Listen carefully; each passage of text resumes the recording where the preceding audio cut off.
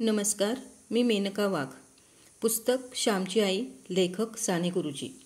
रात्र 18वी. अळणी भाजी. राजा व राम नदीवर गेले होते. एका शिलाखंडावर दोघे बसले होते. राजा म्हणाला, राम, मला येथून जावेसेच वाटत नाही. येथील ही नदी, ही वनराई, हे मोर सारे पाहून किती आनंद होतो. परंतु सर्वात मोठा आनंद म्हणजे तुमच्या संगतीचा. श्यामच्या गोष्टीही ऐकावयास मिळतील. मला त्या फार आवडतात. राम म्हणाला, त्यांना गोष्टी म्हणावे का प्रवचने म्हणावी, व्याख्याने म्हणावी का आठवणी म्हणाव्या, काही समजत नाही. ऐकताना आनंद होतो, स्फूर्ती येते. राजा म्हणाला, श्याम बोलतो त्यात त्याचे निर्मळ हृदय ओतलेले असते, म्हणून सांगण्याला एक विशेष माधुरी असते. म्हणून कृत्रिमतेचा लवलेशही नसतो. अरे, पण कृत्रिमता असल्याशिवाय लोकांना आवडत नाही. आजकालचे लोक कृत्रिमतेचे भोगते आहेत. सगळाच रुपया शुद्ध चांदीचा असेल तर बाजारात चालत नाही. त्यात थोडा अशुद्ध धातू मिसळावा लागतो, तेव्हाच तो खणवाजतो व व्यवहारात चालतो. राम म्हणाला, माझ्या मनात एक विचार आहे, तुला सांगू? तू हसशील. राजाने विचारले. सांग. मी हसणार नाही.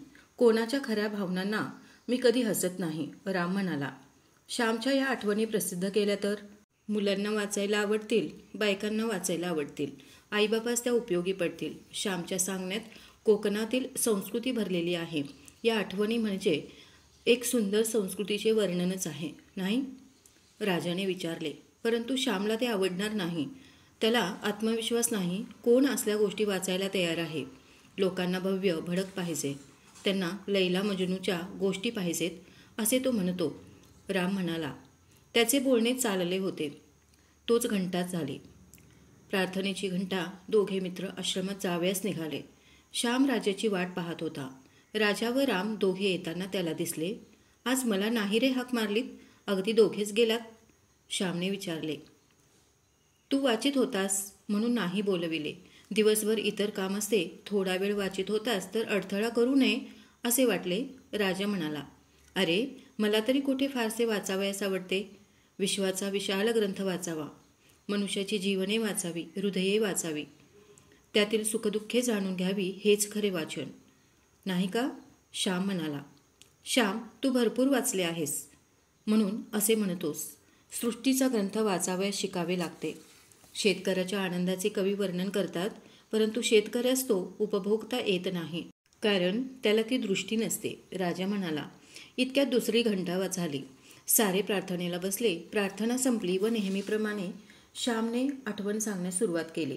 मित्रांनो, प्रत्यक्ष उदाहरणाने जे शिक्षण मिळते ते शेकडो व्याख्याने ऐकून किंवा अनेक ग्रंथे वाचूनही मिळत नाही. कृती ही मुकेपणाने बोलते. शब्दाहूनही हे मुखे परिणामकारक असतात. कसे जेवावे याची सुद्धा आपल्याकडे संस्कृती आहे. माझे वडील नेहमी सांगावयाचे, आपल्या पानाकडे पाहून जेवावे. पानावर वस्तू असता मागू नये.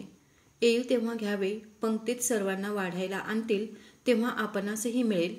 हवरेपणा करू नये. शीत पानाच्या खाली सांडू नये. पानात काही टाकू नये. पानातील पदार्थांवर टीका करू नये. पानात गुंतवळ किंवा काही सापडले तर निमूटपणे काढावे. वाच्यता करू नये. दुसऱ्यास वर करून दाखवू नये, कारण दुसऱ्यांना किळस येते. विषारी वस्तू सापडली तर मात्र सांगावे. पान कसे लख्ख करावे. या सांगण्याप्रमाणे वडील स्वतः वागत असत. मी अनेकांना जेवताना पाहिले आहे, परंतु माझ्या वडिलांचे जेवण झाल्यावर ताट जितके स्वच्छ व निर्मळ दिसे तसे मी कोठेही पाहिले नाही. त्या ताटात कोणी जेवले आहे की नाही हे समजण्याचीही मारामार पडे. त्यांच्या ताटाबाहेर एक शीतकण पडलेला दिसावयाचा नाही.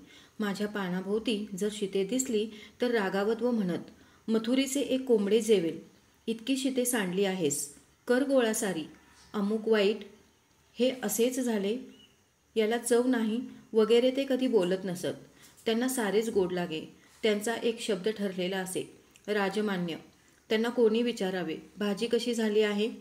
त्यांचे उत्तर ठरलेले असे, राजमान्य. जेवणाची कोणतीही खोडी त्यांना नव्हती. एके दिवशीची गोष्ट माझ्या चांगलीच ध्यानात राहिली आहे. रोज वडील घरच्या देवांची पूजा करून देवळात गेले म्हणजे आम्ही पाटपाने घ्यावयास लागत असू. भाताशिवाय सर्व वाढून तयार ठेवीत असू. आई, भाऊ आले, भाऊ आले, भात उकर. वडील देवळातून येताना गणपतीचे तीर्थ आणीत. ते आम्ही घेतले म्हणजे जेवणे सुरू होत. त्या दिवशी आम्ही जेवावयास बसलो. आईने रताळीच्या पाल्याची भाजी केली. माझ्या आईला कसलीही भाजी करावयास येत असे. भोपळीचा पाला, भेंडींचा कोवळा कोवळा पाला, सर्वांची ती भाजी करी. ती म्हणावयाची, तिखट, मीठ व तेलाची फोडणी दिली की सारे गोड लागते आणि खरेच गोड लागे. ती करी ते सारेच गोड लागे. जणू तिच्या हातात पाकदेवताच होती. केलेल्या पदार्थात हृदयातील सारी गोडी ओतून तो पदार्थ ती तयार करीत असे. माधुर्याचा सागर सर्वांच्या हृदयात ठेवलेलाच आहे. परंतु त्या दिवशी मज्जा आली. भाजी झाली होती मुळी अळणी. भाजीत मीठ घालावयाला आई विसरली होती. कामाच्या भरात राहून गेले घालावयाचे. परंतु वडील बोलेनात ना, म्हणून आम्हीही कोणी बोललो नाही. वडिलांचा संयम मात्र दांडगा. जणू आस्वाद व्रतच ते चालवित होते. आईने भाजी वाढावयास आणली म्हणजे म्हणावयाचे, काय फाकडी झाली आहे भाजी. पानातील मीठही त्यांनी भाजीला लावले नाही किंवा जास्त मागितले नाही, कारण आईला संशय आला असता. वडील भाजी खात होते म्हणून आम्हीही थोडी थोडी खात होतो. आम्हीही मीठ मागितले नाही. आई मला म्हणाली, तुला नाही का रे आवडली भाजी, खात नाहीस रोजच्यासारखी. मी उत्तर देण्याऐवजी वडील म्हणाले, तो आता इंग्रजी शिकायला लागला ना, त्याला या पालेभाज्या कशा आवडतील. मी म्हटले, असे नाही काही. इंग्रजी शिकून मी वाईट होणार असेल तर शिकवूच नका ना मला, कशाला शिकवता. वडील म्हणाले, अरे तुला राग यावा म्हणून म्हटले हो. तू जरा रागावलास म्हणजे बरे वाटते. याला फणसाची भाजी आवडते, होय ना ग. उद्या पाटीलवाडीहून आणीन हो. जून मिळाला तर उकडगरेच करा. आई म्हणाली, आणावा. पुष्कळ दिवसात फणसाची भाजी केली नाही. बोलणी अशी होत होत आमची जेवणे झाली. वडील ओटीवर गेले व विष्णू सहस्त्रनाम म्हणत शतपावली करू लागले. शतपावली झाल्यावर जानव्यासाठी चातीवर सूत कातीत बसले. खापराची चाती होती. प्रत्येकास सूत कातता आले पाहिजे असा दंडक होता. पसारा आटोपून आई जेवावयास बसली. ती घास घेते व भाजी खाऊन बघते, तो भाजी अळणे. मीठ नाही मुळी तीत. मी जवळच होतो. आई म्हणाली, काय रे श्याम, भाजीत मीठ मुळीच नाही. तुम्ही कोणी बोललेही नाहीत. श्याम, सांगावे की नाही रे, अळणी कशी रे भाजी खाल्लीत. मी म्हटले, भाऊ बोलले नाहीत म्हणून आम्हीही बोललो नाही. आईला वाईट वाटले. मिठाशिवाय भाजी खाल्लीत रे साऱ्यांनी. ती म्हणाली. तिला रुखरुख लागली. ती पुन्हा म्हणाली, तरीच तू खाल्ली नाहीस. नाही तर चकभर भाजी तू खायचा, निम्मी तूच संपवायचास. तुला गुलामा भाजी हवी पुष्कळ. माझ्या लक्षात तेव्हाच यायला पाहिजे होते, परंतु आता काय बोलून. आपली मोठी चूक झाली असे आईला वाटले. जी वस्तू दुसऱ्याला करून द्यायची ती चांगली करून द्यावी. जो पदार्थ करून द्यावयाचा तो चांगला करून द्यावा. मग भाजी असो की काही असो. आपण अळणी भाजी वाढली, हैगई केली, निष्काळजीपणा केला, कामात दक्षता ठेवली नाही, हे बरे झाले नाही असे आईला वाटले. तिला रुखरुख लागली. बरे, आईला वाईट वाटू नये म्हणून वडील बोलले नाहीत. इतक्या खटपटीने चुलीजवळ धुरात बसून स्वयंपाक केला, तो गोड करून खावा, त्यात दोष पाहू नये. स्वयंपाक करणाऱ्याचे मन दुखवू नये ही वडिलांची दृष्टी. मित्रांनो, दुसऱ्याचे मन दुखवू नये म्हणून जिभेवर ताबा ठेवून अळणी भाजी ही मिटक्या मारून खाणारे माझे वडील श्रेष्ठ.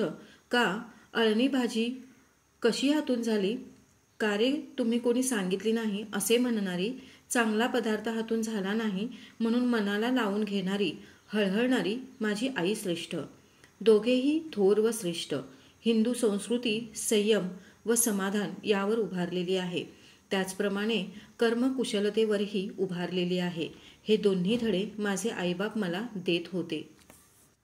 या रात्रीमध्ये आपल्याला असे लक्षात येते की श्यामचे आईवडील श्यामला भरपूर काही देऊन गेले. इतरांना नावे ठेवू नये, जरी वाईट असेल तरीही त्याला चांगले म्हणावे आणि दुसऱ्याचे मन जपावे, हे त्यांनी अनेक प्रसंगातून श्यामला पटवून दिले.